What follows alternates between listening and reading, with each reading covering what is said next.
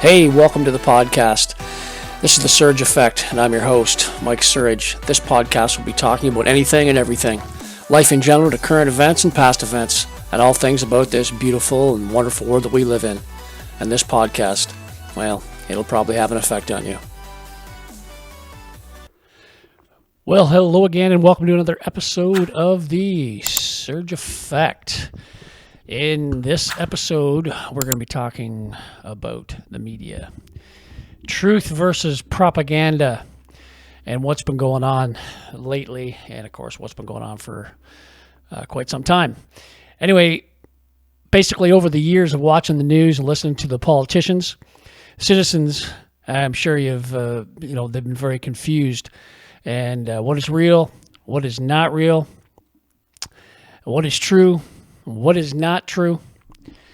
Well, I've always said to people that you should be able to make up their own minds. You should be able to make up your own minds with the information that you have, stuff that you receive via any medium, of course. And but when a certain narrative has been slammed into the news cycle over and over again through the mainstream media, it's basically brainwashing. It really is. And it's basically just telling you the same thing over and over again to the point where, you think it's going to be believable. Basically, like Nazi propaganda, like the minister Joseph Goebbels, he was quoted as saying, if you tell a big enough lie and keep repeating it, people will eventually come to believe it. How true is that? So now there are many examples of this over the years, and I don't want to get into, of course, all of them, but I will be talking about a few of the things over the last little while, and I'm sure that you've heard about. Some maybe you have, some maybe you haven't. But let's get into January. We're going to talk about January the 6th and what happened there and how the mainstream media covered that, as well as the Ottawa protesters and how the media was covering that a little bit as well. I believe everyone has their own opinion and everyone has the right to figure things out on their own. All a person need is the information. That's all. And they can make up their own position on what they believe in. It's not just a bit of information or a small part of the information or just a teeny bit of it, but all of it. You need all of the information, every single fact, every single thing, good, bad, ugly. You need it all. That way, you can make up your own mind, right? This is very hard to do when mainstream constantly on the mainstream media is projecting a certain narrative, and that it is wrong and not fully true. And you have politicians not speaking the truth about certain things in the news stories, and citizens just need to strap on their spidey sense and just kind of filter through all the bullshit, because that's what it is. You just got to learn how to filter through it all. So let's get started with a little bit of things that transpired recently with the Tucker Carlson show, for instance. Getting the footage from Kevin McCarthy, of course, he's the Speaker of the House, of January the 6th footage. Just thousands and thousands of hours that they had to kind of filter through.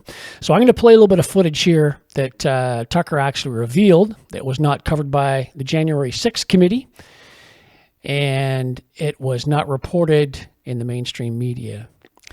Even to Jacob Chansley, who people refer to him as the QAnon man, his own lawyer hadn't even seen this information for his own defense. So let's start it off by showing you this clip from Tucker Carlson. Check it out.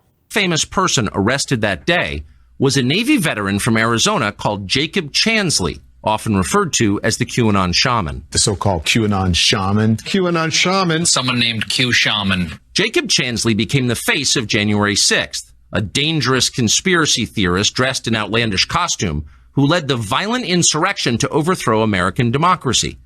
For these crimes, Chansley was sentenced to nearly 4 years in prison, far more time than many violent criminals now receive. What did Jacob Chansley do to receive this punishment?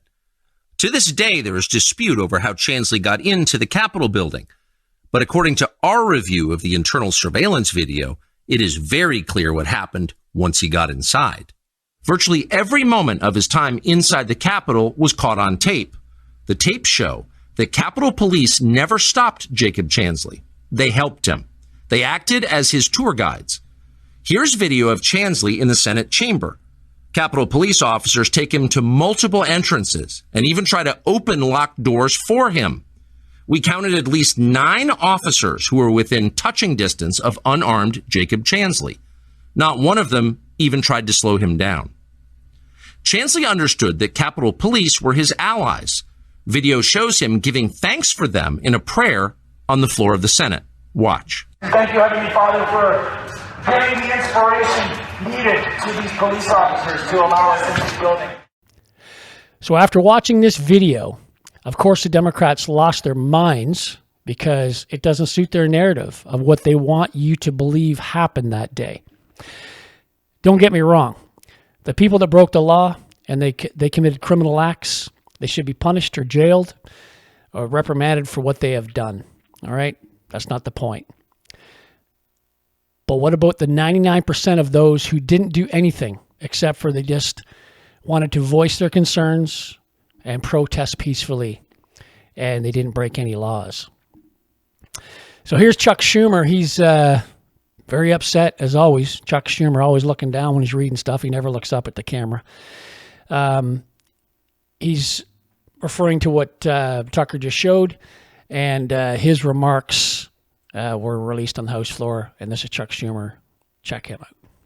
Segment last night arguing the January 6th Capitol attack was not a violent insurrection. By diving deep into the waters of conspiracy and cherry-picking from thousands of hours of security footage, Mr. Carlson told the bold-faced lie that the Capitol attack, which we all saw with our own eyes, was somehow not an attack at all. He tried to argue it was nothing more than a peaceful sightseeing tour. Can you imagine? A nonviolent demonstration, a perfectly fine and appropriate instance of people expressing their opinion. I, so many others who were here in the Capitol, and millions of Americans are just furious with Tucker Carlson and Kevin McCarthy today. Wow, Schumer, he has an interesting spin on Tucker's release of the footage and the American people into the world. What about the First Amendment, Chuck? What about that? That's very important down in the United States of America, First Amendment. Freedom of speech. You can't just tell the news agencies to shut stuff down because that would be against the Constitution, Chuck. So here's Mitt Romney. He's also talking about how he feels about Tucker Carlson's release of information. Listen to Mitt Romney. It's really sad to see Tucker Carlson go off the rails that bad.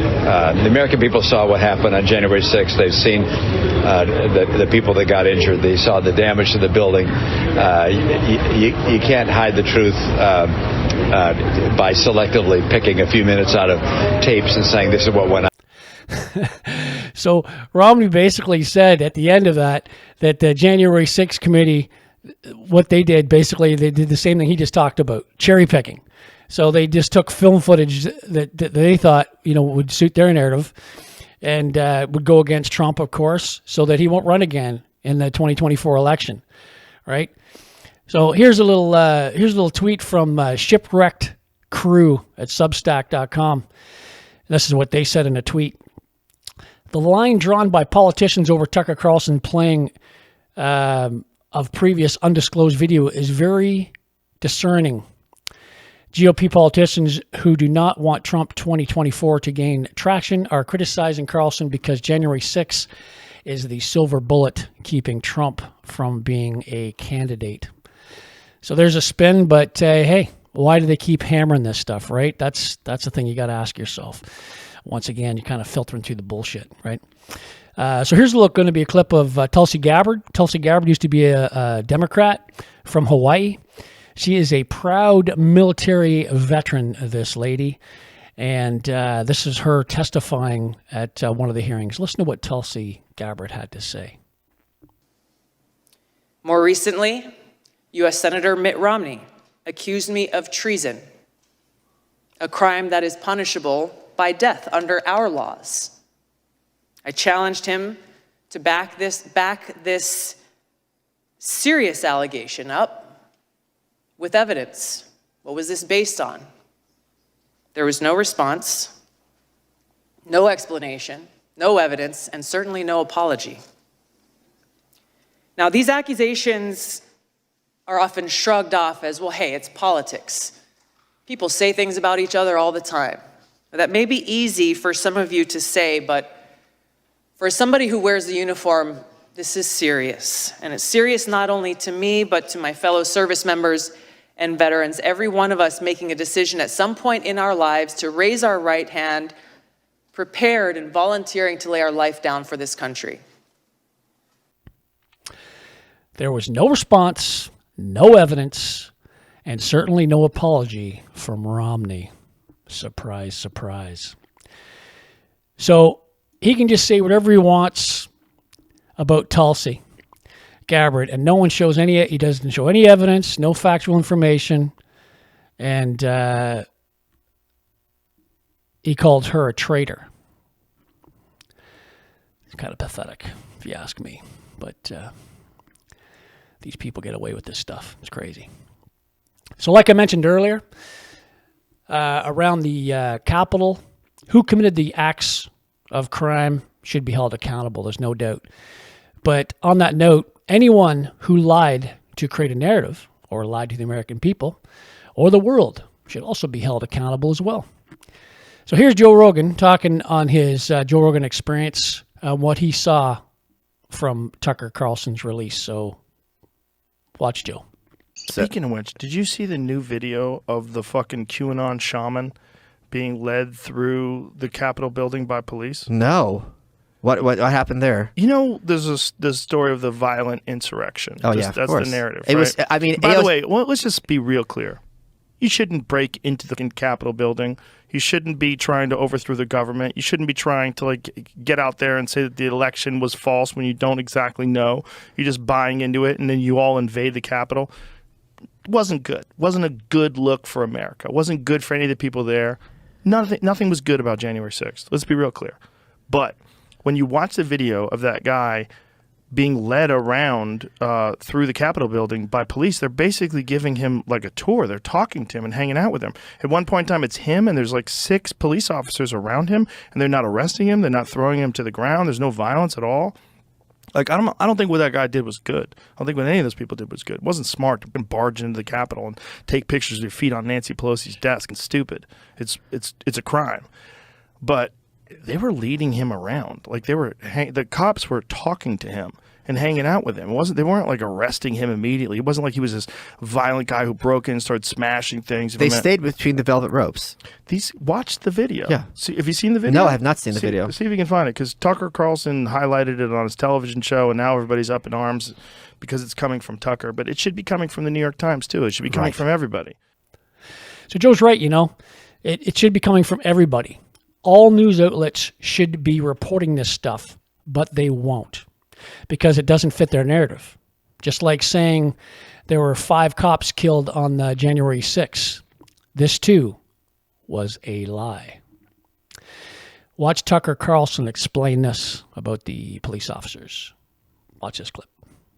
In fact, this week, the White House trotted out both the press secretary and Joe Biden's attorney general, the attorney general of the United States, to claim not just that Brian Sicknick was actually murdered by Republicans at the Capitol, but that other officers were murdered too. It's almost beyond belief. Watch this. The rage of bipartisan lawmakers, you heard them all yesterday, you guys reported on it, who have condemned this false depiction of the unprecedented violent attack on our Constitution and the rule of law, which cost police officers their lives. It was a violent attack on a fundamental tenet of American democracy, that power is peacefully transferred from one administration to another. Over 100 officers were assaulted on that day. 5 officers died.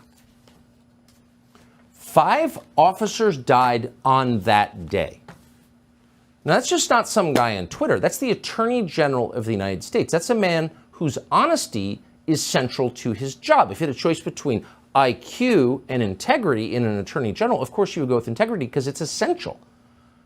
Joe Biden's Attorney General, Merrick Garland, is a liar. He just lied about something that is provably false. Who are these 5 officers who were, quote, killed that day? Notice he didn't tell you. No one ever tells you. No one ever shows you their autopsies. They don't want any detail. They just want the slogan. Now, they're counting Brian Sicknick. That's a lie. But who are the other 4? Well, those are 4 officers who killed themselves after January 6th, in some cases long after January 6th. But their suicides, we know for a fact, were the result of the Republican mob at the Capitol. It's just false. And it's not some esoteric fact. That fact is available to anyone who has internet access. No police officers died that day on January 6th. None. Not one. Even the chief medical examiner in Washington, D.C. announced that Officer Brian Sicknick died of natural causes. Yes, it was a terrible thing that he passed away, but it had nothing to do with the Capitol riot. Listen to this clip of a news release about Officer Sicknick. A medical examiner says the Capitol police officer who died a day after confronting rioters on January 6th died of natural causes. Autopsy results show Brian Sicknick suffered 2 strokes, which caused his death. The ruling will make it difficult for prosecutors to pursue homicide charges against the 2 men who are accused of assaulting Sicknick by spraying a powerful chemical irritant, possibly a bear repellent, at him. The autopsy found no evidence that Sicknick suffered an allergic reaction that would have caused his throat to seize. It also found no evidence of physical injuries.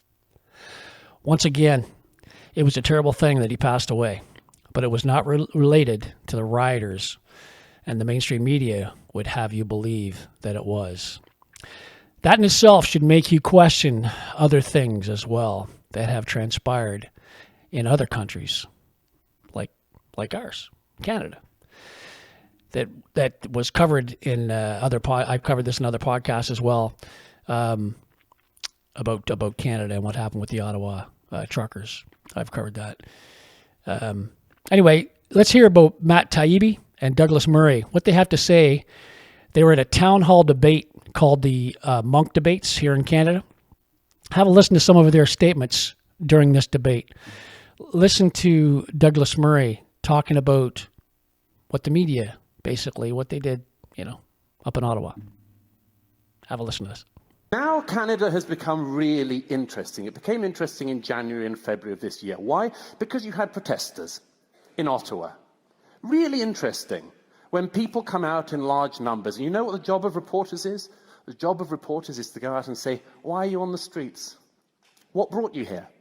Why are you here with your kids? Why have you got a bouncy castle in the middle of Ottawa? That's a bit strange. Ask them questions. Just find out the story. But you know what? The government didn't want that in Canada. Your Prime Minister decided in advance that these people were, what did he do? All the modern excommunications. They were Nazis, they were white supremacists, they were anti-Semites, they were probably homophobes, they were misogynists, they were probably transphobes, etc., etc., etc. He did all the things you do in the modern political age if you want to just defenestrate somebody who's awkward to you. And then he brings in the Emergency Powers Act. Now, at such a time, what would the mainstream media do? It would question it. It would question it. The Canadian mainstream media did not. The Canadian mainstream media acted as an amen chorus of the Canadian government. I will give you a couple of examples, but ladies and gentlemen, I could go on for hours with examples of this. You had a CBC host describing the Freedom Convoy as a, quote, feral mob. You had a Toronto Star columnist saying, quote, sorry for the language, it's a homegrown hate farm that was then jet-fueled by an American right-funded rat-fucking operation. Jesus, they can't even write at these papers anymore. CBC said that 2 Indigenous women who were so scared to go outside in Ottawa because of racist violence didn't bother to mention that Indigenous drummers had led the truckers in an O Canada rendition. The National Observer said that the many black and Indigenous Freedom Convoy supporters were in fact duped by the truckers. The Globe and Mail reporter said, my 13-year-old son told me to tell protesters I'm not a Jew out of fear of anti-Semitic violence without mentioning that one of the leaders of the convoy was himself Jewish. Now, why is this so rancid? Utterly, utterly rancid and corrupt.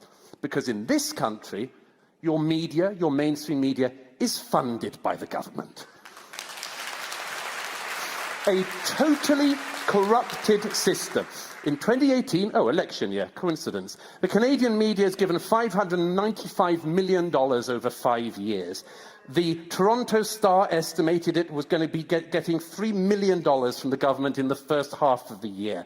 It went on and on. So you see, the mainstream, the government in Canada can tell people they can tell the banks to shut down people's bank accounts. Oh yeah, your government can do that, and if you're happy with that, just think about what would happen if the shoe was on the other foot. The government can do that, but in Canada, they can also tell the media what to do, and the media does the bidding of the Canadian. Millions and millions of tax dollars being paid to the media organizations for them to do the politicians' bidding. I don't remember any reporters asking these questions that he was just talking about, but they were reporting on Nazi flags, rebel flags. See how the narrative starts to take shape when they do these things? Truth, for some reason, doesn't sell. But manipulating the truth is not right in any country. But that's just my opinion. When you manipulate the truth, it throws people off, and they don't get the full story. Like I said, the good, the bad, the ugly. They don't get the whole picture. But putting fear and doubt in the citizens of this country or any other country instead of facts and the truth seems not to be in the playbook for the political parties. Remember that the political similarities in both Canada and the United States with our parties is that our Liberals and your Democrats are one and the same, and your Republicans and our Progressive Conservatives are one and the same as well. Now, you might know Matt Taibbi because he was the one who has been releasing all the Twitter files around the world, showing everyone the truth. So listen to Matt Taibbi talk a little bit about reporting. Listen to what he says. In the American context, this means that if the facts tell you the Republicans were the villains in a political disaster, then you write it that way. If the facts point more at the Democrats, you write that. If they're both culpable, as was often the case for me when I investigated Wall Street for almost 10 years after the 2008 crash, you write the story that way. We're not supposed to thumb the scale. Our job is just to call things as we see them and leave the rest up to you. But we don't do that now. The story is no longer the boss. Instead, we sell narrative in a dysfunctional new business model. Once the commercial strategy of the news business was to go for the whole audience. A TV news broadcast was aired at dinner time, and it was designed to be watched by the entire family. Everyone from your crazy right-wing uncle to the sulking lefty teenager in the corner. This system had flaws, but making an effort to talk to everybody had benefits. For one thing, it inspired trust. Gallup polls twice showed Walter Cronkite to be the most trusted person in all of America. That would never happen with a newsreader today. With the arrival of the internet, some outlets found that instead of going after the whole audience, it made more financial sense to pick one demographic and try to dominate it. How do you do that? That's easy. You just pick an audience and feed it news you know they'll like. So here's Douglas Murray talking about differences of opinion. Have a look at this. Jab there, I noticed that Matt, by trying to pretend that Matt Taibbi is desperate for the era of white men in broadcasting. Takes a certain chutzpah to make that claim, but I don't see any reason why that is the case with Matt. I don't think that you are hankering desperately for a world of white news presenters. We've only just met, but you didn't give off that vibe to me. And when Malcolm says you've got to get your story right, guys, I know it's easy for a cheap laugh line, but I don't see why we do. We're two very different people with very different careers, interests, and much more. We've trodden very different paths across very wide swathes of this planet. And we don't need to get our story straight for you, or for this audience tonight, or be in lockstep. Differences of opinion, including on the same side, used to be cherished. How true is that statement? Differences of opinion used to be cherished. I've always said that everyone has an opinion. and you can agree to disagree. But you do not have to hate each other or the other person or treat them with some kind of contempt. They are deriving their opinion with information that they have consumed, and you have done the same. Here's Douglas Murray talking once again about the Hunter Biden laptop. Have a look at this. Briefly, yes. Good Lord. So take the Hunter Biden story. Oh, here we go. Okay? I'm sorry. A very... of course you don't want to hear it. Is there no end to the kind of Twitter stuff you guys are going to dredge up? Of course you don't want to hear it, Malcolm. Of course you wouldn't, because it goes against your ideological presumptions. That story was a big story, okay? It was a big story. The New York Post, which I write for, but the New York Post, America's oldest newspaper, was silenced on Twitter, was silenced across the media. You know, the Washington Post has now picked it up. It's saying that, yeah, the laptop's true. But why didn't the media pick it up before? Why didn't they call up people? Why didn't they check whether the emails were accurate? Because they didn't want Biden to lose the election. He was their guy. And they weren't going to screw that up. Now, I ask you... Yet again, here is both Matt Taibbi and Douglas Murray talking about the laptop and the media. Take a look. Fake. Those emails were real. They were all authentic. The manner of how they were obtained was shady, but they were true. So you can't call it disinformation. Neither was this. This was not disinformation. And news organizations are not required to report on anything. No one has to do the story on the Hunter Biden laptop if they don't want to. They're not obligated to. However, they went beyond not covering it. They wrote stories that this was Russian disinformation. They repeated the statements made by 50 former intelligence officials who described this as having all the earmarks of a Russian information campaign. By the way, they didn't use the word disinformation. But that wasn't even the most important part of the story. The important part of that story wasn't even about Hunter Biden. It was about the decision by Facebook and Twitter at the behest, at least in the case of Facebook, of the U.S. government to quash or dial down that story and deny access to that story. That is a historic moment in the history of censorship in our country. And Okay, come quickly on this line. I've got to add to that. I've got to add that. It's like, Malcolm, you're kind of, oh my God, what a yawneroo the whole Hunter Biden story is. How boring to talk about the idea of corruption at an epic scale in the first family. How boring. Who would want to harp on about that? Let me try the counterfactual on you. Let me try the counterfactual on you. It's October 2020. And a huge number of emails are suddenly dumped, revealing unbelievable scandal in the Trump family. I don't want to concentrate on the dick pics and the crack and the stuff. Never mind about Don Jr. if he'd been doing that. Let's just focus on the emails. There was a very easy way, Michelle, as you know, to certify whether this stuff was true. You could call up anyone on the email chains and say, did you get this email? They didn't bother with any of that stuff. They'd have been excited as hell across most of the mainstream media if this had been emails from Donald Trump's son saying, and I'm no Trump fan, let's not get into that cheap rut. But if it had been Don Jr. saying to his child, you've no idea what I've done for this family, the demeaning things I've gone through, I have to give half of everything I earn to my dad. Oh, you're Nauru, definitely. Who'd care about that? No, the point is simply that this was one of the occasions in recent years where the mainstream media showed its transparency as a political organization. That's why we care. Okay. So hopefully so far this podcast has given you an idea how the media works and how maybe information that you have seen that has always been out there for you to see, but you have never seen it until now. This information has always been out there, but mainstream media that you watch, it feeds you a certain information, and that's what you eat. Before I close my podcast, I just want to show you a few other videos of how much disdain these Democrats had for both these journalists, Matt Taibbi and Michael Shellenberger. They were at a congressional hearing just the other day.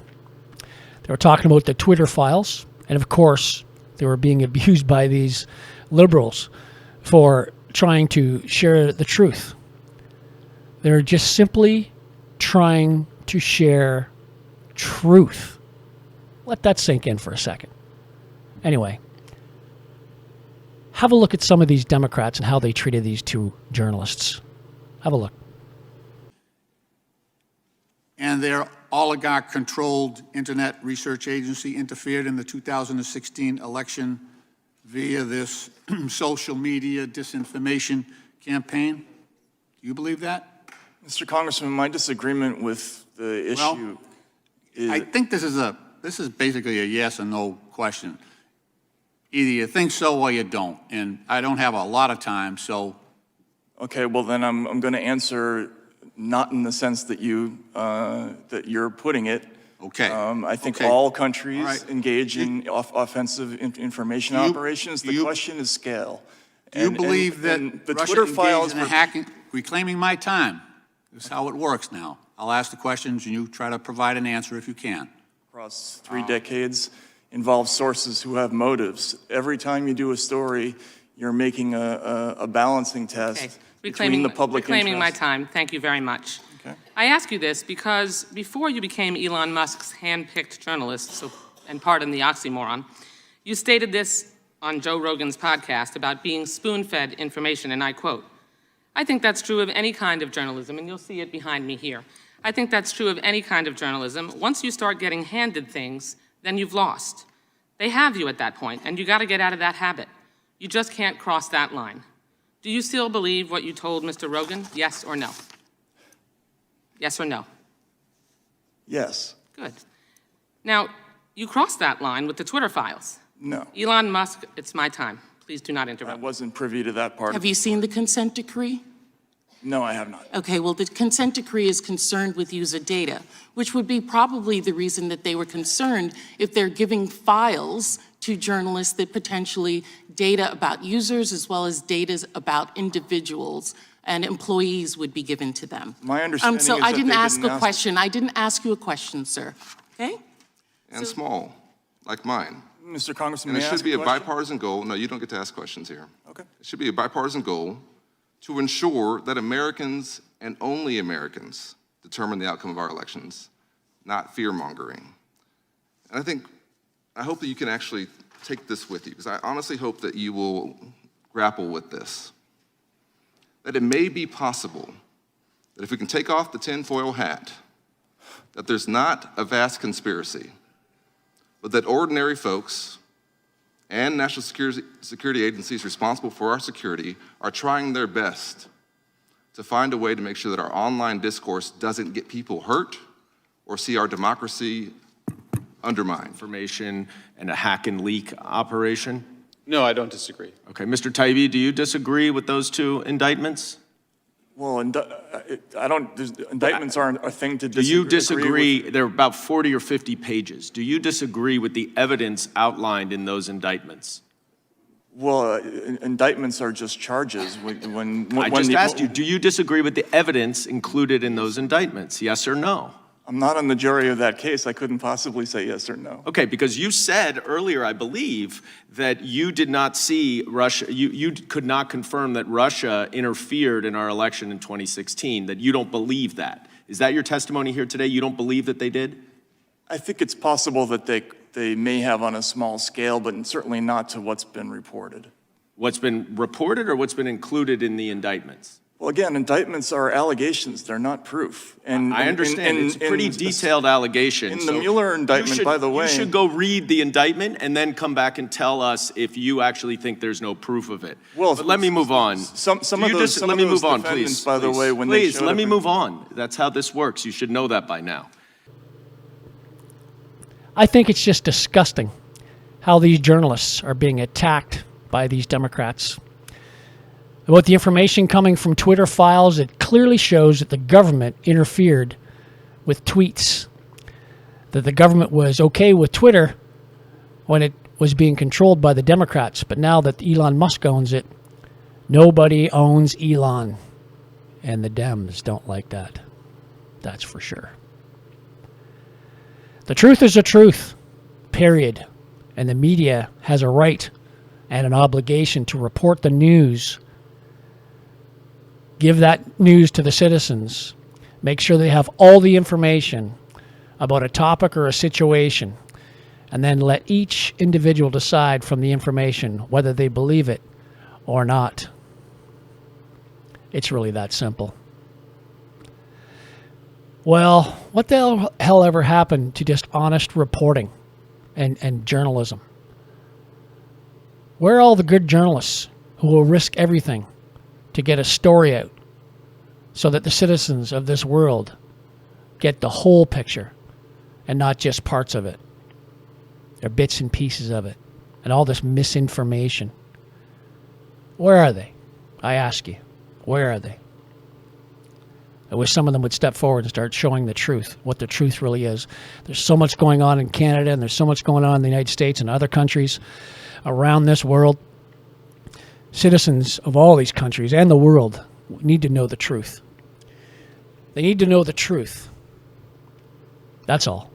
It's really that simple. Anyway, thanks again, everyone, for listening to my podcast. It's much appreciated. Please don't forget to subscribe and like my videos. It helps with the algorithm. So hit the little subscribe button and the like button, and it helps with the YouTube as you move up the charts.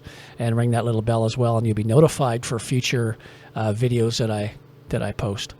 My videos can be found on rumble.com, and you can also find my podcasts on any iPhone or Android device by using a podcast app, and you just type in The Surge Effect in the search bar, and it's that easy. Anyway, thanks again, folks, for listening to my podcast, and until next time, cheers. This episode sponsored by He Shirts, She Shirts. Go to www.heshirtssheshirts.ca. Just type in the letters TSA, The Surge Effect. When you check out, type in TSA for your coupon and receive 10% off your next purchase. Thanks for listening to today's podcast, everybody.